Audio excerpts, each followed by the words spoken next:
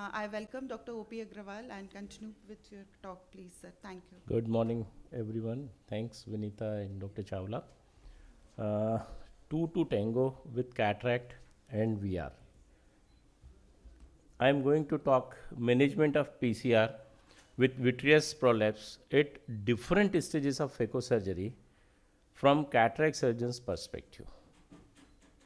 Each and every cataract surgeon in our cataract surgery life should learn antivitrectomy. This is very important to manage our own complications. Though this is difficult for each and every cataract surgeon, but if we have good amount of surgical volume, then we should have the VR setup with our own, and we should learn to manage our own complications. My work is all made simple by Dr. Purendra. Dr. Purendra already showcased lot many videos to all of us.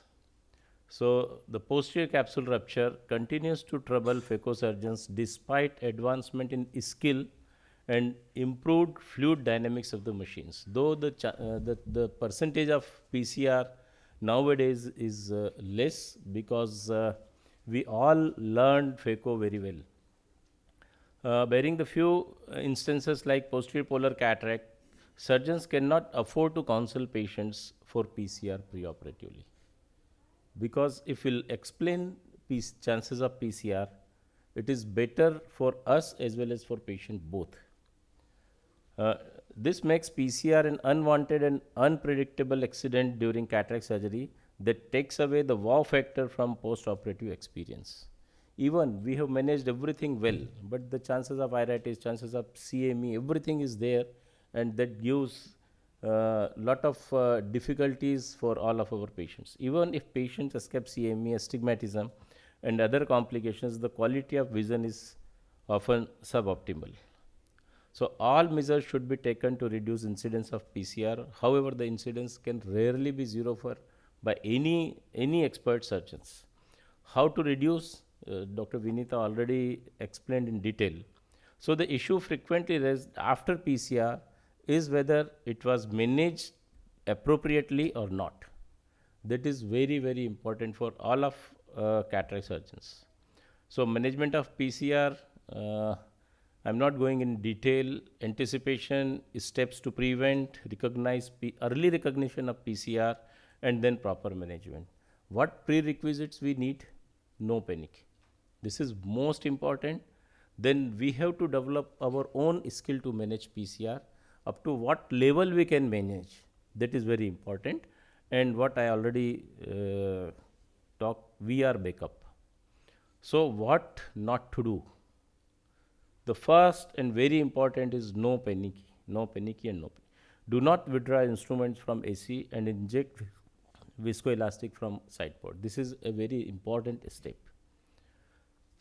What to do? Recognize signs of PCR like pupil snap sign, sudden deepening of AC, strengths of vitreous in anterior chamber, improved red reflex, tremulousness of nucleus, and difficulty in rotating earlier mobile nucleus.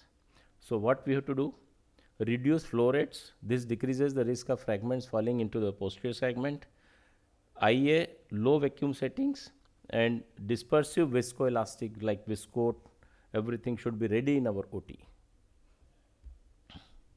So how we have to recognize the PCR?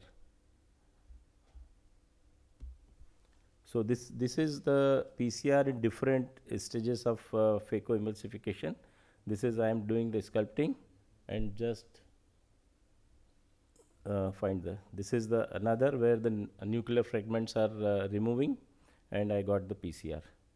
So here we should not do panicky. This is very important. This is again the last piece of nuclear fragment, and I am getting the PCR. This is the nucleus is already removed, and I was trying to remove it with the help of phaco tip, the epinucleus, and got the rent. This is at the time of IA and PC polishing, but this is what I am doing the mistake. This is again during IA. I tried to remove sub-incisional cortex, and a big rent is there. So these all things are very important. The jerky injection of single piece IQ lens and PCR is there. This is the 3-piece lens, and this can create the PCR. So how we have to manage? The one by one here. Now we have to stop, inject the viscoelastic. मेरे ख्याल से वही चालू हो गया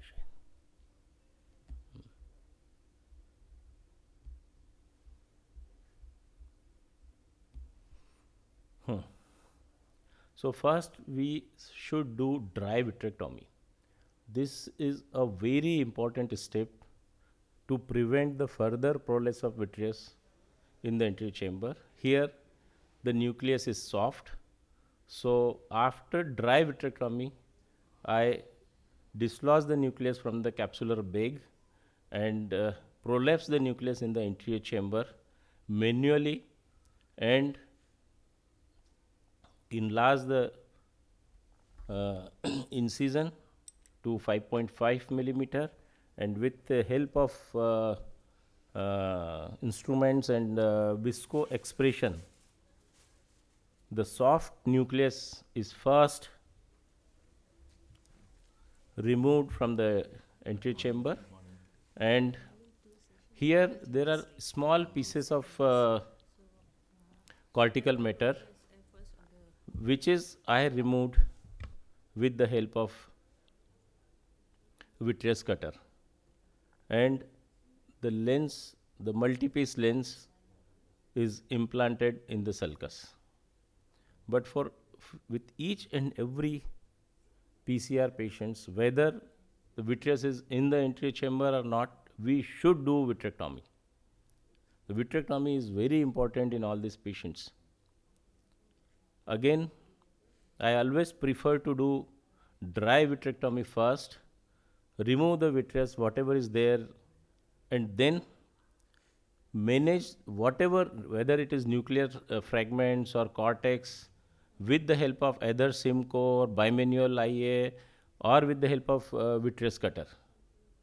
The important here is this lens should not drop. Immediately hold the lens, dislodge the lens from the capsule and from the vitreous cavity in the sulcus first. This haptic first I removed and inserted in the sulcus, then the whole lens is implanted in the sulcus, and then good anterior vitrectomy is mandatory.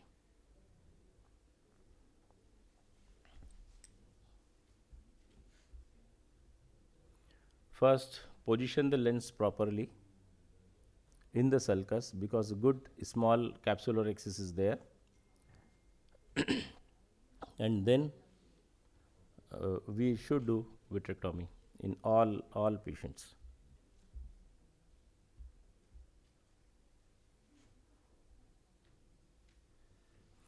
In today's machine, phaco machines, we have a good vitrectomy, speedy vitrectomy, and we can do anterior vitrectomy with the same machine.